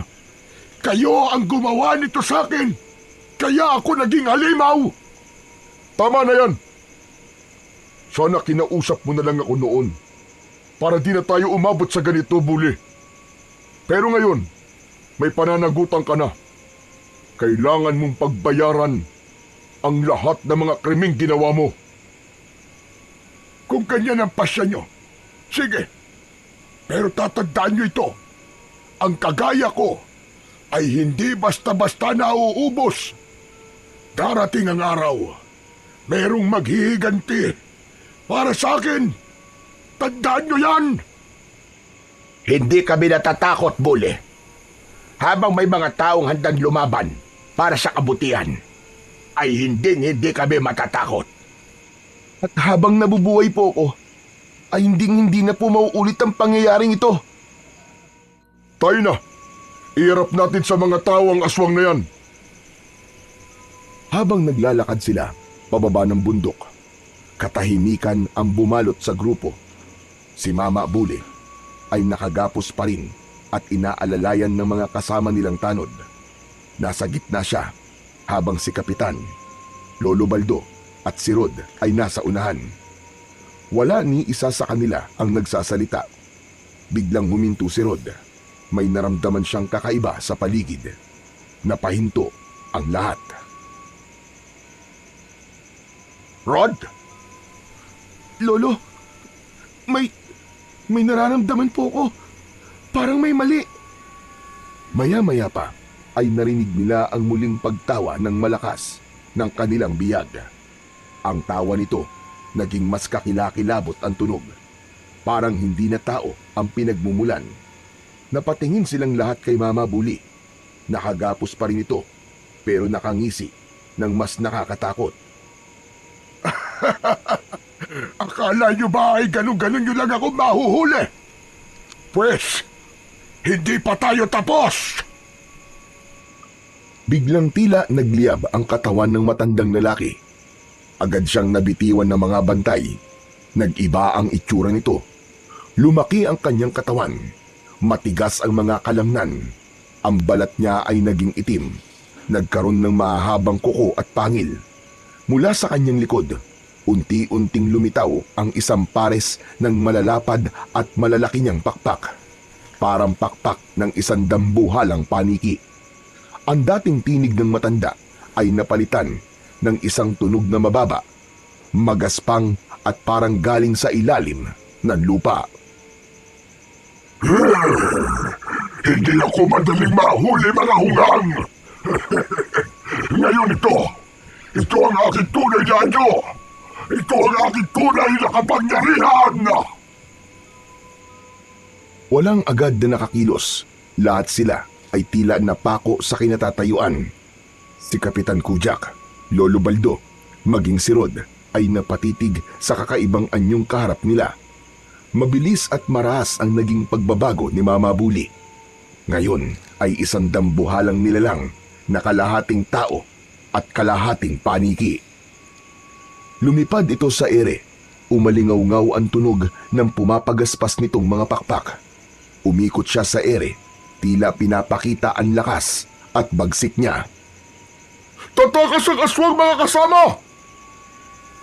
Tatakas? Sinong tatakas? Walang tatakas, Kapitan. Dahil ngayong gabi, lahat kayo ay mamamatay. Lahat kayo ay gagawin kong hapunan. Rod, iho, kailangan na natin siyang harapin. Biglang lumipad, paimbulog ang aswang mula sa ere. Isang matinding kalabog ang narinig nang bumagsak ito sa lupa. Ilang metro lang ang layo mula kay Rod. Nagsigawan ang mga tanod na kasama nila. Napakabilis ng kilos nito, parang isang kidlat. Sige, sugod! Patayin niyo ako kung kaya niyo! Ikaw na batang may hawak ng mutya! Hindi ka ba natatakot sa akin? Bakit naman ako matatakot sa'yo? Kayang-kaya naman kita! Mayabang ka! Kahit wala ka pang napapatunayan, nagyayabang ka na! Sige, pagbibigyan kita! Tignan natin kung hanggang saan ang tapang mo! Biglang tumakbo si Rod, palapit kay Mama Buli. Pinakawalan ng aswang ang isang malakas na sigaw. Nadapa siya nang marinig yun. Parang may malakas na puwersang pumipigil sa kanya para makalapit sa aswang. Parang may hindi nakikitang harang ang matandang aswang. Tumayo siya, tinapik ang dibdib at naramdaman ang pintig ng mutya. Tumugod ang halimaw. Lumipad muli ito at inatake si Rod. Nakalmot ang bata sa braso. Apo, mag-iingat ka. Pakinggan mo ang mutya. Di ba ang sabi mo, naririnig mo ito? Gamitin mo ang lawa. Pakinggan mo, Apo. Galingan mo! Hangal! Ano? Natatakot ka na ba, bata? Huli na to. Di ko na patatagalin pa. Nagugutom na ako. At ikaw ang una kong magiging hapunan! Ano ka, siniswerte? Hindi mangyayari yun! Gunggong! Nagpatuloy ang laban. Tumakbo si Rod pababa ng bundok. Hindi naman siya tinigilan ng aswang dahil talagang siya ang una nitong gustong patayin. Nagpatuloy sa pagtakbo ang bata. Tinumbok nito ang papunta sa lawa. Doon, naramdaman niya ang mas paglakas ng kanyang enerhiya. Parang humihigop ito ng lakas mula sa lawa at hangin. Nang malapit na si Rod sa lawa, tumigil siya sa mismong buhangin at mabilis na tumalikod paharap sa tubig. Itinaas niya ang kanyang mga kamay. Hawak pa rin niya ang mutya ng tibok ng kanduli na kumikislap pa sa kanyang dibdib. Biglang may nangyaring kakaiba. Parang sumasayaw ang tubig sa harapan niya. Tapos, lumitaw sa mababaw na bahagi ng dagat ang napakaraming isda. Marami, sobrang dami. Naglulundagan sila sa ibabaw ng tubig. Yan bang ipinagmamalaki mong kapangyarihan ng iyong mutya? Isang inisunlan ang lahat ng yan! Hindi sumagot si Rod. Nakapikit siya. Tahimik. Nakatuon lang sa enerhiyang bumabalot sa paligid. Ramdam niya ang malalim na koneksyon sa kalikasan, sa hangin, sa lawa, at sa buhangin sa ilalim ng kanyang mga paa. Mabilis na sumugod ang aswang. Hindi na siya makapaghintay na tapusin ang bata.